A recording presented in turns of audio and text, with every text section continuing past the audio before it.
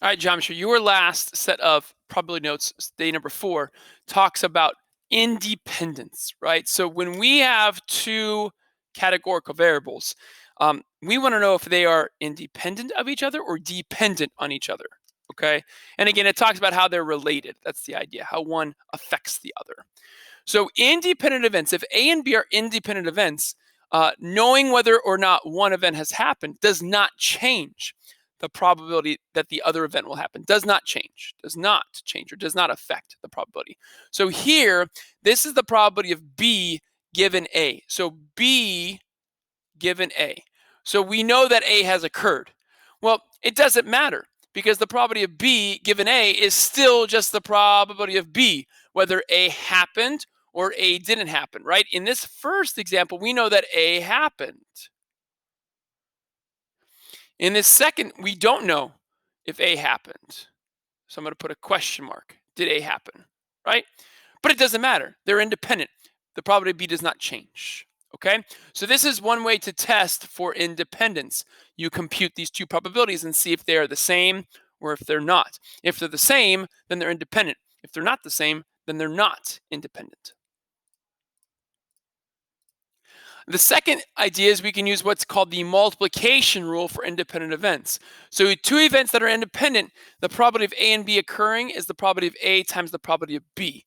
So again, we can use this rule to test to see if two events are independent.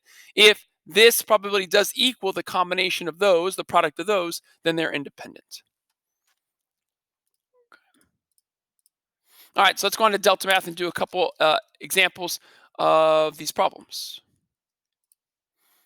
All right, so first example here, given that A and B are independent with probability of A equals 0.1 and probability of B equals 0.68, determine the value of the probability of B given A, round to the nearest thousandth. This is very much a duh question. If A and B are independent, then to find the probability of B given A, it doesn't matter if A occurs. The probability of B given A will be the same as the probability of B. So this answer is just this answer, 0.68.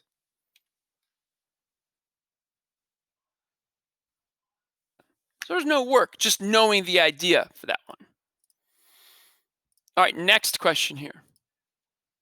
Okay, so now it says, given that A and B are independent, and the probability of A is 0.1 and the probability of A and B is 0.036, determine the value of the probability of B rounding to the nearest thousandth if necessary. So now, since these two events are independent and we're having the and probability, the probability of A and B equals the probability of A times the probability of B. They give us the probability of A and B as 0.036. They give us the probability of A is 0.1, and we have to find the probability of B. So that's x, so times x. To get x by itself, we're going to divide both sides by 0.1. When you divide 0.036 by 0.1, you get 0.36. Not 0.036, 0.36. This will be the probability of B, 0.36.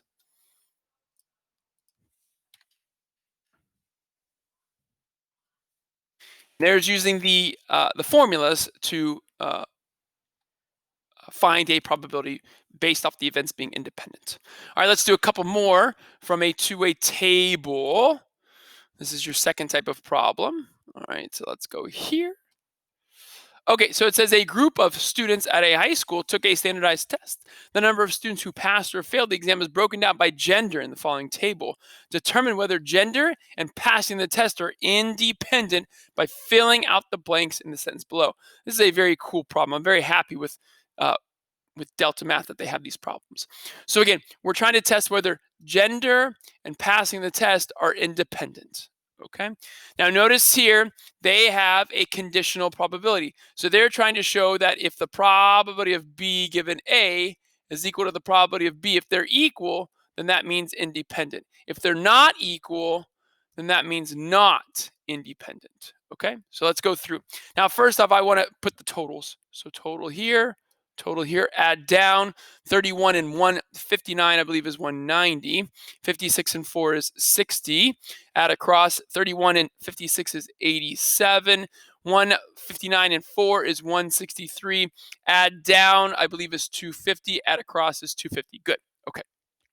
So find the probability of a female given that they failed. So the probability of a female given that they failed means we have to look at both over the fails, right? The given goes on the bottom. So how many people failed? Well, that's in this column here. A total of 60 failed. And out of those 60, how many were females? Well, that'd be this 4 right there. We'll go ahead and divide those, and I'll just use the dinky calculator. 4 divided by 60, and I got 0.06666, round to the nearest thousandth, tenths, hundredths, thousandths. This 6 rounds that 6 to a 7. That's 0.067. So that's going to go here. 0.06067. Okay. So now what's the probability of being a female? Let me change colors. So now this is not a conditional probability. This is just a straight up probability. So now to find the probability of being female, you do use the total. The total is 250. And out of 250, how many were females? Well, now we look at this row. And out of 250, 163 were female. So now I'll divide those using a simple calculator. 163 divided by 250, and I got 0.652. So obviously, these two answers are not the same, obviously, right? Most of the time it's closer than this. I'm a little bit shocked that it's not closer than this. So I hope I didn't do something wrong. But again, they are not the same. Maybe they want you to think they are, but the zero messed you up. I don't know.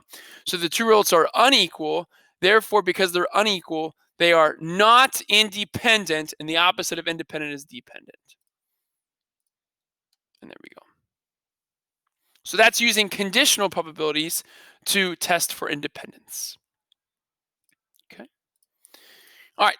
Last problem coming. Here we go. Okay, so now we'll look at a similar kind of question.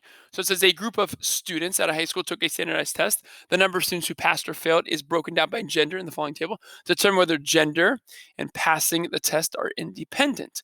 So gender, passing the test are independent.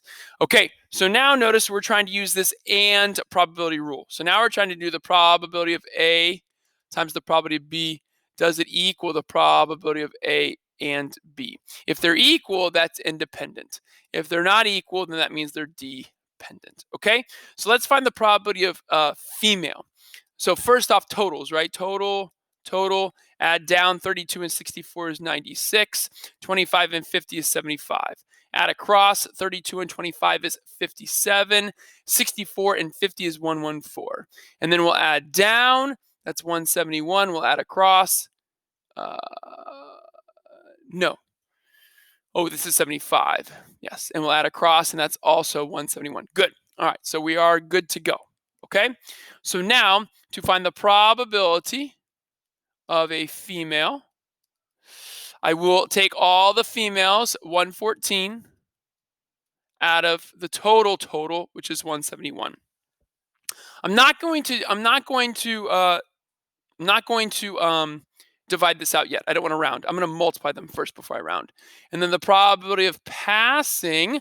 So 96 students passed out of the total of 171. So notice for these two, or for this problem, I'm using the grand total. All right. So now we're going to multiply these two. 114 over 171 times 96 over 171. And again, just if you use Desmos graphing calculator, hopefully it doesn't erase what I did, but let's go there.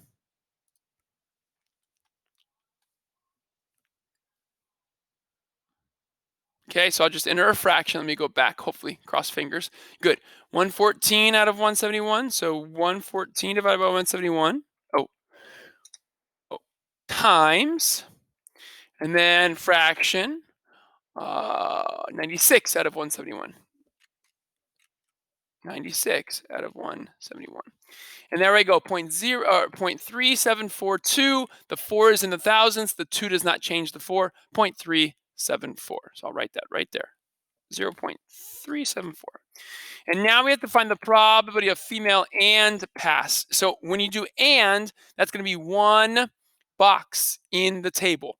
Female and passed. Female and passed. That's 64. We still use the grand total. So the probability of female and passed is 64 out of 171. So let's see what that comes out to be. 64 divided by 171 is 0.3742. The 2 does not change the 4, 0.374. So look, great. I'm happy for this example. We got the same number. Amazing, right? So because we got the same number, these two are equal, and that means the events are independent. So in this case, it doesn't matter if you're a male or female, the chance of you passing was the same. All right, that's what independence means. Gender has no effect on whether you passed or not. Let's make sure we're right. Nice, cool. Okay, so again, these problems are awesome. They're broken down for you. Just make sure you do the problem right. And if you have any questions, just ask. Okay, great. All right, geometry. Last set of notes. Honors geometry, not so lucky, but geometry. Congratulations, you made it. You made it. Good for you.